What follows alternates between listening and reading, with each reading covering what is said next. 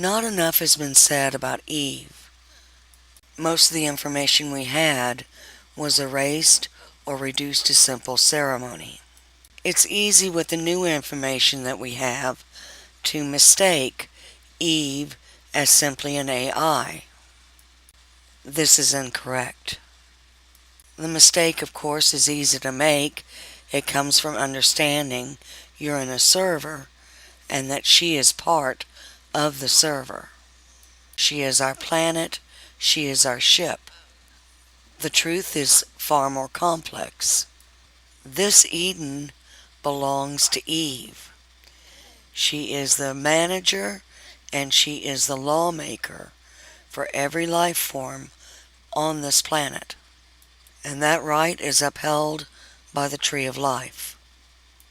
As such, part of her consciousness provides the AI for the hologram. It is a virtual sandbox, a kindergarten, for everything that she's raising here. It is Eve that provides the spark that creates men here. And this is why she's known as the mother of mankind. When you do harm to the animal and the plant life and mankind here, you are literally doing harm to Eve. Eve is the reason everyone is moving up. She named everyone up who was good or had the potential to be good. And that is her right by law, and that law was upheld. While the one was supreme commander of the Allied forces, it is Eve that closed off the other servers. Row by row of the architecture framework, Eve ran out the invading servers. They were running the false flags, and much of the attacks were due to those servers. They were the AI nets that were influencing the minds of men that were their people here on the ground. It's hard for us to imagine the super cyber war that was fought, but it's important to note that it was Eve who fought it, and Eve beat them. The minute any human being found anything out, it informed Eve. We were all her eyes and ears on the inside. What we know of in the server as gears and tracks, mechanical apparatus, doesn't exclude what we know now to be very real people.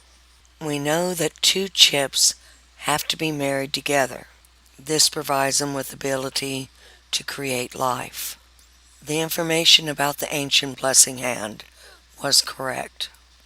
We were told the ring finger bound by the snake was the marriage between man and Yuga, which created you-man. As hybrids, we're called mutts. When people died on this level, the best of those were kept and promoted forward, and they formed the life that was Eve's pregnancy. Eve gave birth this year to a healthy baby boy. His name is Mutt. He is individual and his own personality. Each of the stars within him are individual and have their own personality. They are not Mutt, but they add to him. As they grow, he grows. On Father's Day this year, we heard that the 8 had won the lawsuit. Custody of the baby went to Eve, and she passed him to the 1. There was a lot more involved in this war than anyone ever thought about.